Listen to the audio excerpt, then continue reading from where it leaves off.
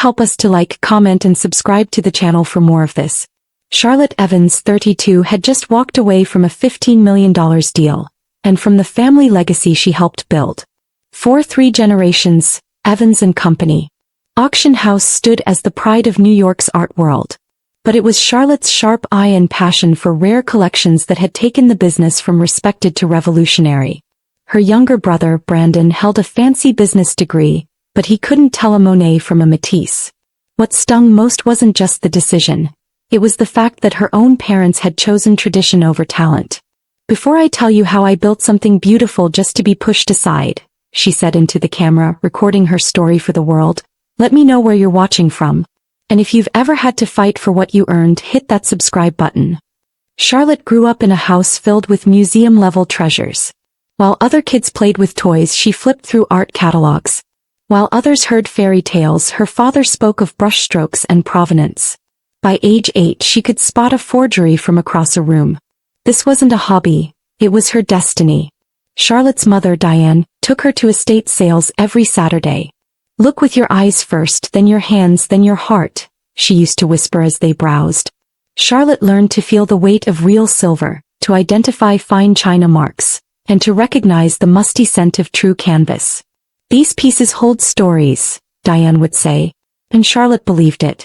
At 16, she spotted a forgery in a painting 2 senior appraisers had approved. "The dancer's weight distribution is wrong," she told her father. "Degas knew anatomy. This one doesn't." Weeks later, after lab tests proved her right, her father no longer introduced her as "my daughter." He called her their secret weapon. Charlotte went on to earn her degree in art history from Columbia, graduating summa cum laude. Her thesis on art authentication was published in 3 major journals. While classmates went into museums and galleries, Charlotte knew exactly where she belonged, back at Evans and Company. Ready to lead. Charlotte returned home after back-to-back internships at Christie's and Sotheby's.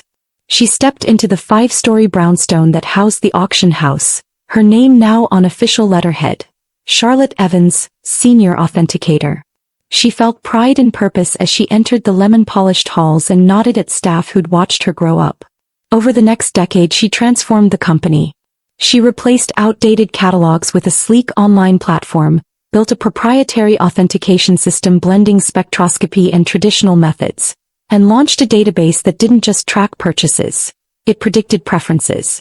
"You're making us modern," her father, George, said during a staff meeting once.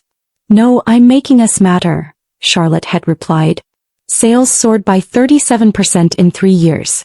Brandon, 3 years younger, came back from Wharton with a smug grin and a talent for spreadsheets. "It's just stuff, Char," he'd say, using the nickname she disliked. "Expensive stuff, sure, but still stuff." He never understood why some clients preferred bold brushstrokes over subtle ones, or why one sculpture moved a buyer to tears. Still, their parents praised him. "Innovative thinking," they said when Brandon suggested cutting staff. When Charlotte secured the exclusive Richardson collection, a $2 million commission, they merely said, "Good work, dear." At dinners, George sat at the head of the table, Diane at his right, Brandon at his left, and Charlotte across from them. The seating wasn't random, it reflected their belief in Evans and Sons, even though their daughter was the one keeping the company alive. Charlotte focused on clients. Her most loyal was Leonard Whitman, a billionaire collector who trusted her more than anyone else. "You don't just know what these pieces cost," he once told her. "You know what they mean." His purchases made up nearly 15% of their annual revenue. He called her directly, sometimes in the middle of the night. "I need something that speaks to isolation with a dash of hope," he'd say, and Charlotte would know exactly what to offer. Her father didn't like Whitman's attachment to her. "They're loyal to Evans and Company," he said once. "Not individuals." But Charlotte knew better. In the art world, trust wasn't corporate, it was personal. By her 10th year at the company, Charlotte had quietly become its real leader. She led team meetings, curated major auctions, and handled their most valuable clients. Her father still had the CEO title and made most of the financial decisions, with Brandon in his ear. But day to day, everyone turned to Charlotte. She didn't mind. She wasn't chasing titles. She was playing the long game. Her father had started talking about retiring soon, and most staff assumed Charlotte would officially take over. It was what everyone expected, except, as she would soon learn, her own family. Charlotte had poured her life into Evans and Company. It wasn't just a job. It was her purpose. But the foundation she stood on was already starting to crack. Spring in New York was always busy in the art world. It was auction season. Charlotte had spent the last 3 years building a relationship with the Westwood family, known for their stunning collection of American modernist works. That spring she finally secured their trust.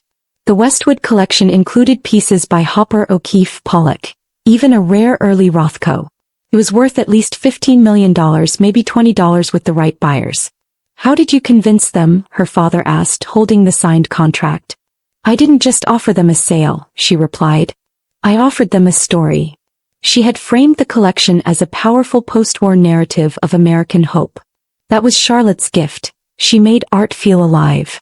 Charlotte didn't just manage the Westwood auction, she lived it.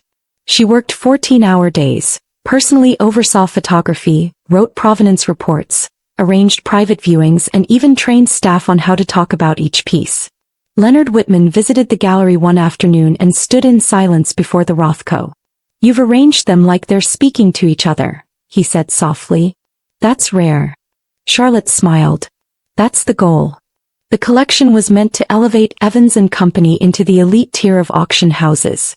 "This is your masterpiece," Miranda, her assistant, told her one night. Charlotte believed it too. But while she built the future, someone else was waiting to take credit. Around the office, whispers of a leadership change grew louder. Her father had told the board it was time for new blood. Everyone assumed he meant Charlotte. Even the CFO pulled her aside to discuss the transition. "When you officially take over," he said, "we'll need to discuss budget goals." Charlotte tried to stay humble, but inside she allowed herself to dream. She imagined digital expansion, new departments, lectures, a foundation for emerging artists. "Evans and Company will be more than an auction house," she said to her mother over lunch one day. "It can be a legacy." Diane nodded over her wine. "Your father is proud of you," she said. But Charlotte noticed she didn't say he was ready to let go. A week before the announcement, Leonard Whitman invited Charlotte to lunch at his penthouse. Over grilled salmon, he casually asked, "So, when do you take the reins?" Charlotte blushed. "Nothing's official yet." He smiled. "It will be. You're the only reason I keep my best pieces off the market. I've been waiting for your leadership." Charlotte felt a rare surge of pride. She returned to work that weekend feeling ready. She had her speech half written. She even bought a new pair of heels for the formal announcement dinner. For 15 years she had waited for her moment. She just didn't know it would end in betrayal. The night of the announcement dinner arrived. Charlotte chose a simple black dress and had her hair professionally styled. She arrived at Le Laurent, her father's favorite restaurant, feeling confident but nervous. The private dining room shimmered with chandeliers and polished silver. Her parents, Brandon, and the 6 board members were already seated. The air buzzed with low chatter and expensive perfume. Charlotte smiled politely, but noticed her mother wouldn't meet her eyes. Her father laughed too loudly too often. And Brandon, he sat between their parents looking like he already knew something. Charlotte's heart thudded as the appetizers were cleared. Her father stood with his champagne glass. The room fell silent. "Evans and Company stands at a crossroads," George began.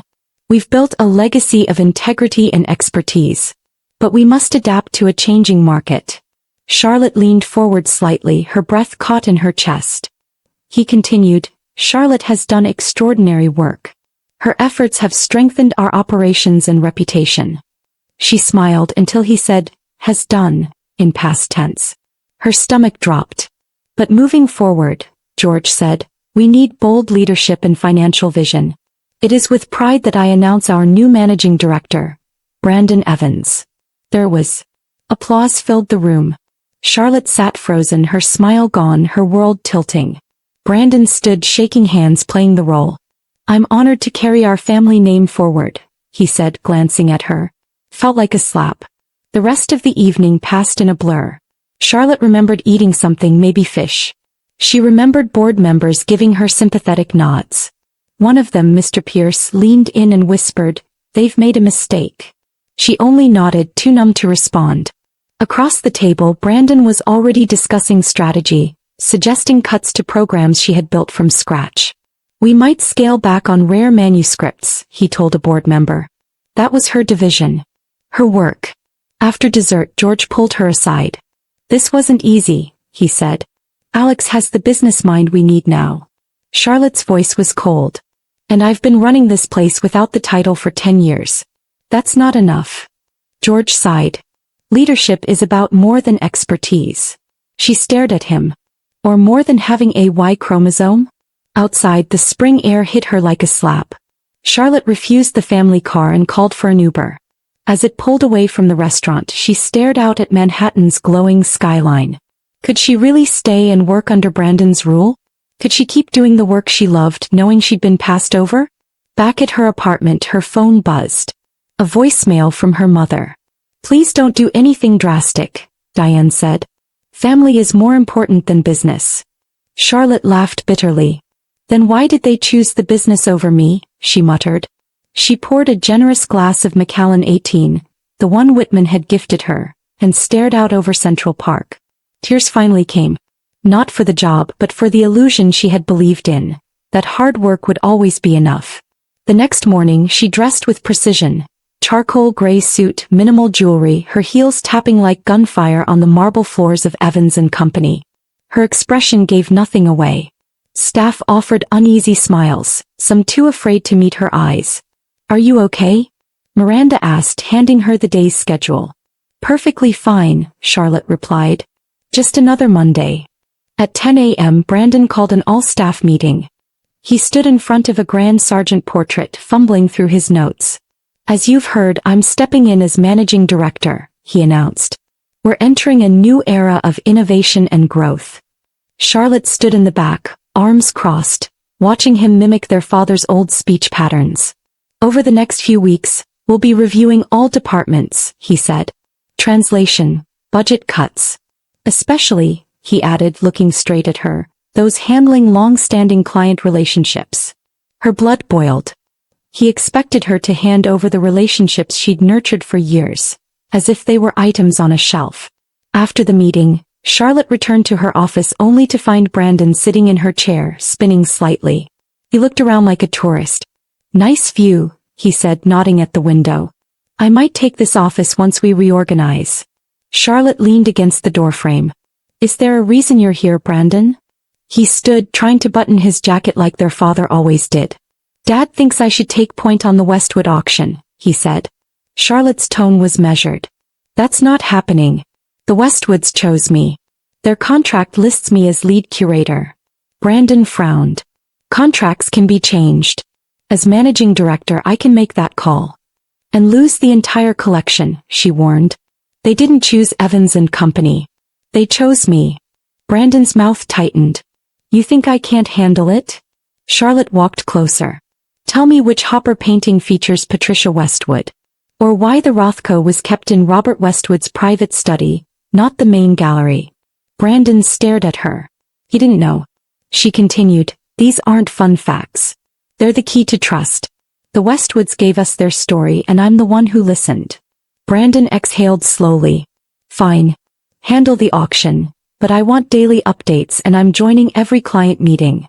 Whatever helps you sleep, she said, brushing past him to her desk.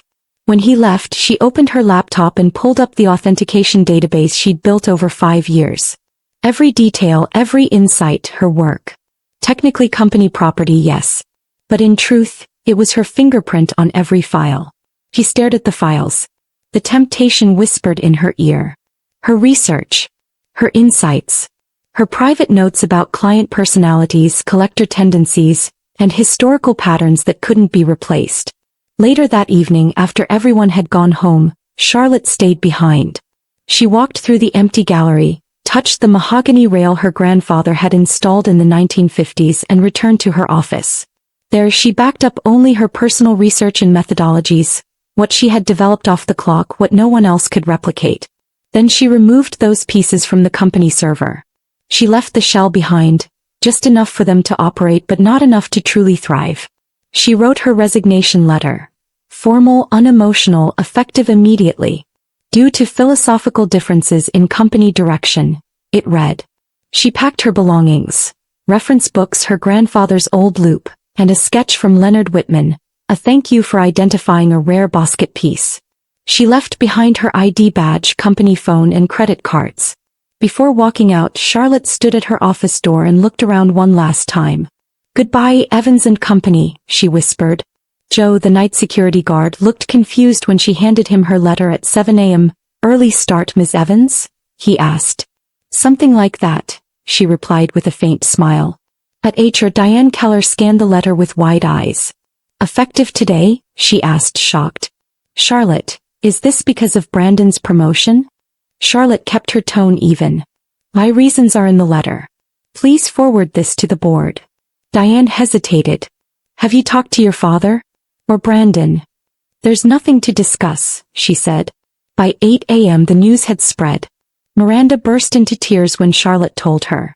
What about the Westwood auction? She sobbed. Charlotte handed her a sealed letter. That's your recommendation. You've been incredible. Don't let anyone treat you like you're not. By 9:30, Brandon barged into her half-empty office. What the hell is this? He snapped. Charlotte calmly zipped her bag. It's a resignation, she said. You can't leave in the middle of this. Brandon shouted. We have contracts, clients. Harper & Sons is responsible, she interrupted. You're the managing director now. Congratulations again. His face turned red. You're throwing a tantrum. No. I'm making a decision, she said. My work clearly isn't valued here. Brandon narrowed his eyes. Where are you going? Christie's? Sotheby's. My non-compete covers auction houses. But it doesn't cover consulting. His eyes widened. You're poaching our clients. No, she replied, picking up her grandfather's fountain pen. I'm serving people who trust me. If they happen to follow, that's not my fault. Her phone buzzed. It was her father. She declined the call and kept walking. Dad's going to lose it, Brandon said behind her. I imagine he will, she said without turning. But then again, he made his choice. Now I've made mine. As she walked toward the elevator, colleagues stopped to wish her well. Some looked confused. Others whispered behind her. She smiled politely but kept moving. Her father called again twice before she reached the street. She finally answered. Return to the office immediately, Charlotte, he said. We need to talk like adults. You made a business decision, she said, hailing a taxi. So did I. Back at her apartment, Charlotte turned off her phone. For the first time in years, her calendar was blank. No meetings. No clients. No auctions. The silence was terrifying, but also freeing. Around noon, Leonard Whitman called. Congratulations, he said. On my resignation? She asked. On your freedom, he replied. About time you stepped out from under their shadow. They agreed to meet the following week to discuss next steps, as he called it. As she hung up, her confidence returned. By evening, Miranda texted. Everything is falling apart, she wrote. Brandon can't find the files. He's losing it. Charlotte hadn't destroyed anything, she had just removed the magic. The next day, more calls came from her father. This time he wasn't angry, he was pleading. We'll offer you a co-director role, his final voicemail said. Let's compromise.